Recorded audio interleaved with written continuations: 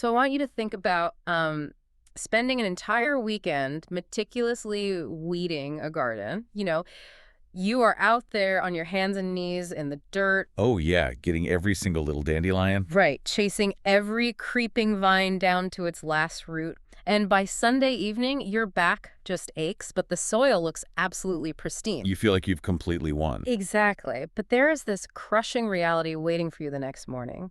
The fundamental conditions of that soil, like the specific moisture levels, the mineral balance, the sunlight. The stuff that allowed those weeds to take over in the first place. Yes, none of that actually changed. So if you just put your tools away and do nothing else, those weeds are coming back. It is just a matter of time. Because removing the visible problem, it never alters the underlying environment. You bought yourself a blank slate, but you didn't change the ecosystem at all. Which is a frustrating truth for gardeners, but a profoundly life-altering reality for millions of people navigating endometriosis.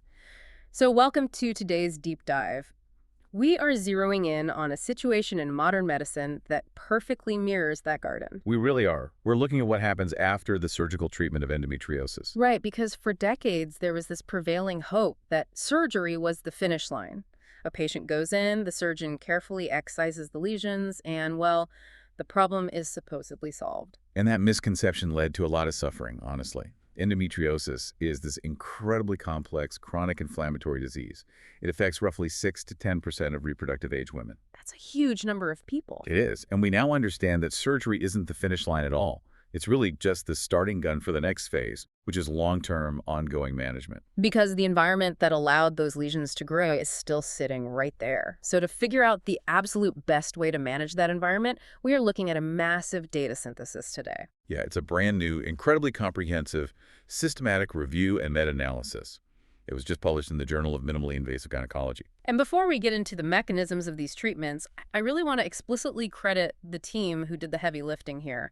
Because synthesizing decades of clinical trials is, well, it's a monumental task. Absolutely. It takes years of work. So this research comes to us from Ana Clara Pimenta Servidoni, Giovanna de Castro Martin, Giovanna de Sousa Gallo, Wellner Fernandez Oliveira Amador, Priscila Luisa dos Santos, Marina Bapala Andres, Mauricio Samaiza Bro, and Hugh S. Taylor. It's a vital piece of scholarship. Mm-hmm. And what this team did was pull together data from 6 different randomized controlled trials spanning from the year 2000 all the way to 2024. Wow, so over 2 decades of data. Right, and they specifically isolated a very particular patient population. They looked at women aged 18 to 45 who had just woken up from laparoscopic surgery to have their endometriosis lesions removed. So, sticking with our garden analogy, these are patients whose gardens have just been aggressively weeded. The surgical slate is totally clean. Exactly. And now they need a preventative measure to stop the disease from taking root again. So the researchers pitted 2 of the most prominent hormonal therapies against each other to see, which one actually performs better. Okay, let's start with the first contender. It's a daily oral pill called Dienogest, or DNG. Right? DNG. And it's fascinating from a pharmacological standpoint. It belongs to a class of drugs called progestins, which are basically synthetic forms of the hormone progesterone. But DNG is part of a newer generation, and it is highly selective. It binds incredibly strongly to progesterone receptors in the body. Which gives you the anti-inflammatory effects you want, right? Exactly. The anti-ovulatory and anti-inflammatory effects to suppress the endometriosis. But crucially, it is engineered to lack androgenic, glucocorticoid, and mineralocorticoid activity. Okay, stop right there. My notes highlight those exact 3 terms, and frankly, they sound like something out of a dense medical textbook. They kind of are. Right. So if you are a patient considering this daily pill, what does lacking those specific activities actually mean for your day-to-day life? It's a really great question because those terms translate directly into side effects. So let's break them down. Androgenic basically refers to testosterone-like effects. Like what exactly? Well, older synthetic hormones often accidentally triggered those testosterone receptors. And that led to frustrating side effects like severe acne, unwanted hair growth, or even voice changes. Oh, wow. And DNG avoids that completely. It does. It avoids that completely. That is a massive relief for anyone who has struggled with hormonal breakouts. What about the other 2? So glucocorticoid activity mimics cortisol, the body's stress hormone. Triggering that can lead to weight gain, mood swings, and changes in how your body processes sugar. I mean, nobody wants that either. Right. And finally, mineralocorticoid activity influences how your kidneys handle sodium and water.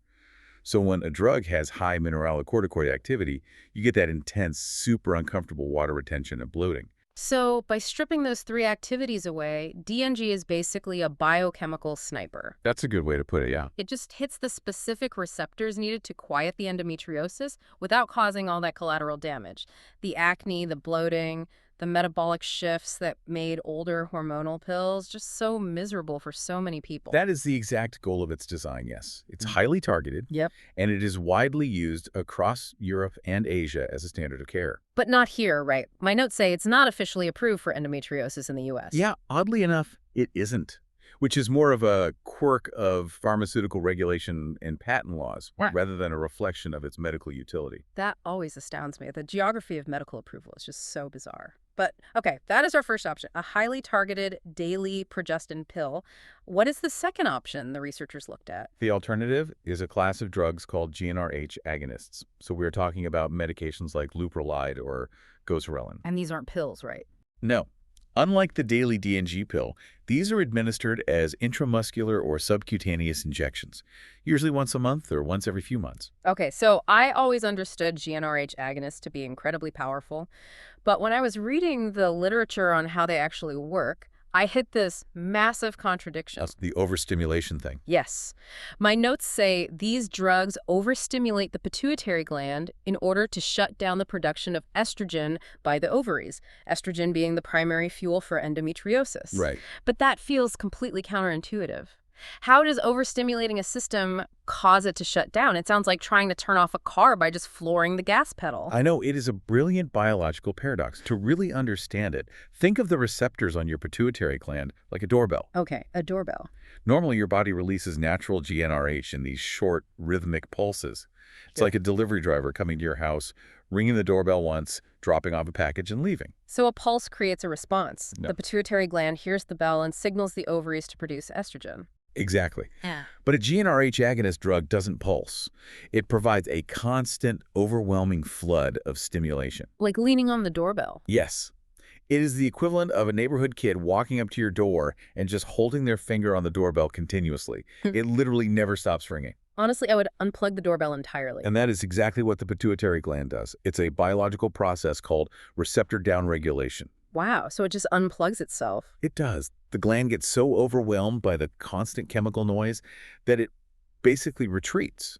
It pulls its receptors inside the cell walls and just stops responding to the signal altogether. And when the pituitary stops responding, the ovaries stop getting the message to make estrogen. Exactly. You completely starve the endometriosis of its primary fuel source. You induce a temporary, medically created state of menopause.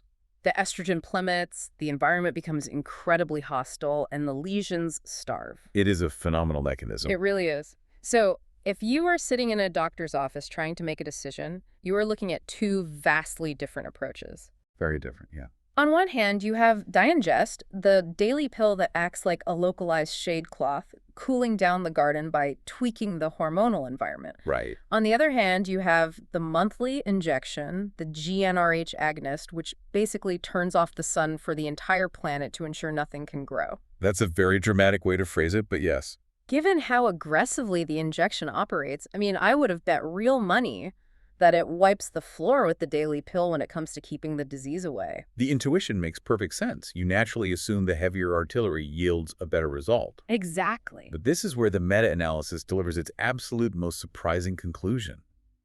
When they pooled the data from all these trials, the efficacy between the two drugs was essentially a dead heat. Wait, I am genuinely shocked by that. A targeted daily pill can hold its own against drug-induced menopause? It absolutely can. Yeah. Let's look at the subjective experience of the patients first. The researchers measured general pelvic pain and dyspareunia, which is the medical term for painful intercourse. And what did they find? Across the board, at both 3 months and 6 months post-surgery, both medications produced massive, highly significant reductions in pain. And statistically, the difference in pain relief between the DNG group and the GnRH agonist group was completely negligible. They both provided excellent relief.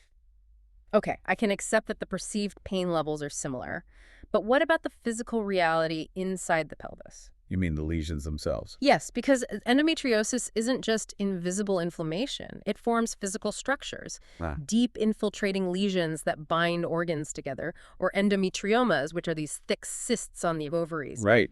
Surely the imaging shows that shutting down estrogen entirely is better at preventing the physical cysts from growing back, right? The researchers scrutinized that exact physical reality. They compiled the follow-up imaging, like post-operative ultrasounds and MRIs, taken anywhere from 6 to 30 months after the surgery. And they track the recurrence. They tracked the recurrence of those deep infiltrating lesions and those endometriomas. And again, the statistical difference in recurrence rates between the women taking the daily pill and the women getting the monthly injection was practically zero. Wow. That is a total triumph for targeted pharmacology. It really is. But if both of these options are going to stop the pain and keep the physical cysts from coming back with equal success, it completely changes the framework of the decision. It flips it entirely. You aren't choosing the stronger drug anymore. You are choosing the side effects you are most willing to live with. Precisely. The conversation in the clinic shifts from efficacy to tolerability. You're trading one set of potential adverse effects for a completely different set. And the contrast between these two drugs is pretty stark. Okay, let's lay out those differences, starting with the daily pill, DNG.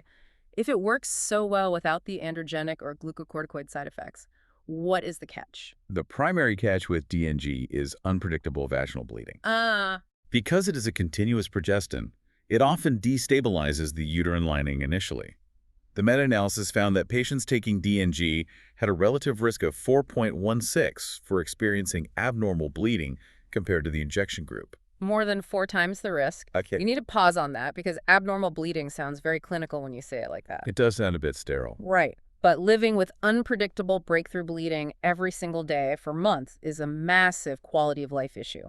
It impacts your wardrobe, your intimate relationships, your comfort at work. Your whole mental bandwidth, really. Exactly. It is a profound daily annoyance. And it is actually the #1 reason patients consider stopping the medication entirely. Now, contrast that with the GnRH agonists. The injections. Right, because the injections turn off the estrogen supply to create that menopausal state. The patient experiences sudden menopausal symptoms, most notably severe vasomotor symptoms, which we commonly call hot flushes. And I imagine a hot flush induced chemically in like a 25-year-old body feels quite intense. Incredibly intense. The data showed that the DNG patients had a relative risk of only 0.33 for hot flushes.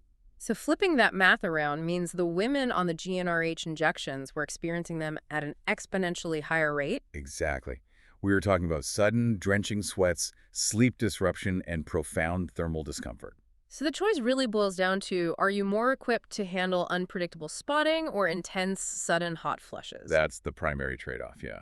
But what about the other major fears? When you mentioned taking strong hormonal suppressants, a lot of people immediately worry about things like crippling headaches, terrible vaginal dryness, or completely losing their libido. Which is a perfectly rational fear when you're manipulating hormones to this degree.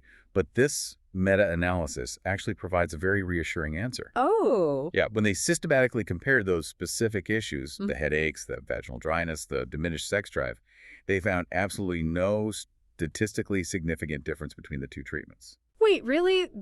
The menopausal injection didn't cause more vaginal dryness or libido loss than the progestin pill? It did not. Yeah. Furthermore, the overall dropout rates, the number of patients who found the side effects so intolerable that they quit the clinical trial entirely. Yeah. They were identical between the two groups. That is a remarkably empowering piece of information. If you are a patient, you don't have to fear that one option is a guaranteed path to losing your sex drive while the other is totally safe. Exactly. You can truly base your decision on whether your lifestyle can better accommodate bleeding or thermal fluctuations. It's the definition of shared decision-making in modern medicine. The physician brings the data, but the patient brings the context of their own life. Well said. I love how clean that takeaway is. But as someone who reads a lot of methodology, I have to throw a bit of a wrench into this beautiful machinery. Uh-oh. Let's hear it. When I was looking through the methodology section of this paper, I found a detail that practically jumped off the page. The researchers explicitly state that all 6 clinical trials included in this massive analysis were judged to have a high risk of bias. They were, yes. So if the underlying data is highly biased, how can we trust any of these clean takeaways we just talked about? It is the single biggest caveat of this entire conversation. And it really comes down to the fundamental design of the clinical trials themselves. To get perfect, unbiased data, you need a double-blind, placebo-controlled trial. Where neither the patient nor the doctor knows who is getting what. Right. But how do you blind this specific scenario? You are comparing a pill taken every single morning with an injection given into a muscle once a month. The delivery methods are completely different. Completely different. The only way to truly blind that is a double dummy design. That's where half the people get the real pill and a fake saline injection, and the other half get a fake sugar pill and the real hormonal injection. Okay, and I'm guessing they didn't do that. None of the 6 studies used a double dummy design. It is often deemed way too expensive or just ethically tricky to subject patients to unnecessary intramuscular injections just for the sake of blinding. That makes sense. But because of that, every single patient knew exactly which powerful medication they were receiving. Exactly. And why does that awareness corrupt the data so significantly? Because we are dealing with highly subjective primary outcomes here. Remember, we are measuring pain. Pain isn't a molecule you could just count in a blood draw. No, it's an experience reported by the patient on a visual analog scale, usually from 1 to 10. Exactly.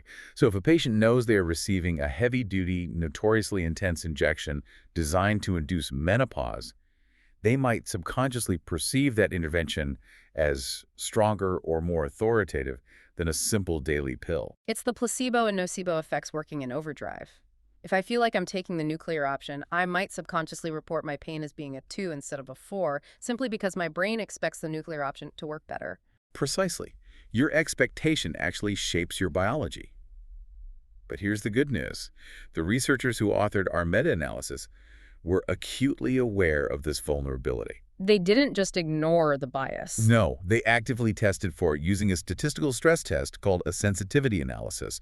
Specifically, they used a leave one out method. Oh, I am fascinated by statistical stress tests.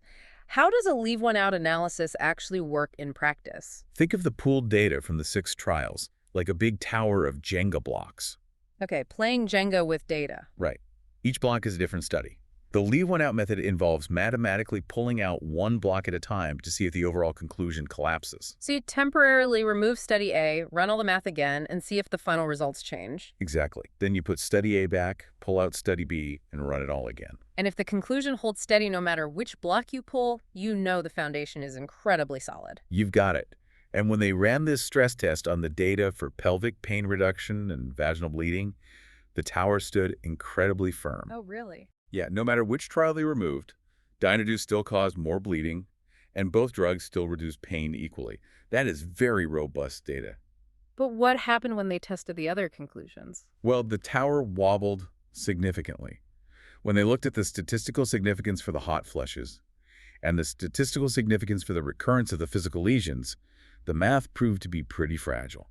How fragile? If they removed just one specific trial, the Abdu study for the hot flushes or the Ceccaroni study for the lesion recurrence, the statistical difference between the 2 treatments completely evaporated. Wait, so the entire conclusion that GnRH causes significantly more hot flushes rests almost entirely on the weight of a single study within the pool? Yes, it does.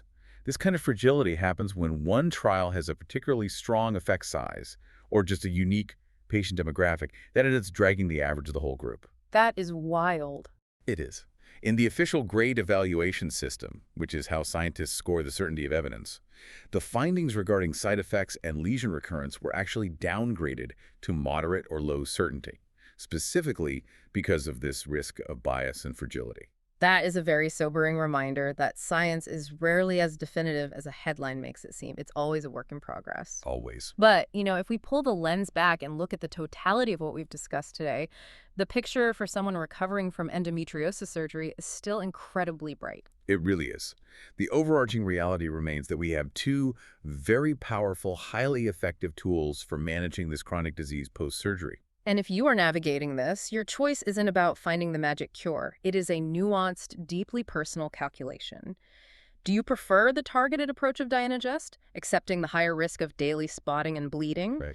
Or do you opt for the profound systemic reset of the GnRH agonist injection, knowing you will likely have to navigate intense hot flushes and temporary menopausal symptoms? Exactly. And you make that choice knowing that the data, while imperfect and unblinded, strongly suggests that both paths lead to significant pain relief. And that is a vast improvement from a decade ago when patients were simply handed a prescription and told to deal with it. We are definitely moving toward a much more collaborative model of care. Absolutely. The landscape has changed for the better. As we wrap up, there is one final, truly compelling detail from the source material that points directly to the future of how this disease will be treated. It addresses the fact that up to 30% of women suffer from something called progestin resistance, Yes, progestin resistance. meaning they physically lack the proper receptor responses, and drugs like the DNG pill simply will not work for them. It is a massive hurdle in the clinic. Because if the daily pill doesn't work, and you can't stay on the menopausal injections forever, since they degrade your bone density over time, what do you actually do? Well, the researchers propose a really elegant solution, which is sequencing.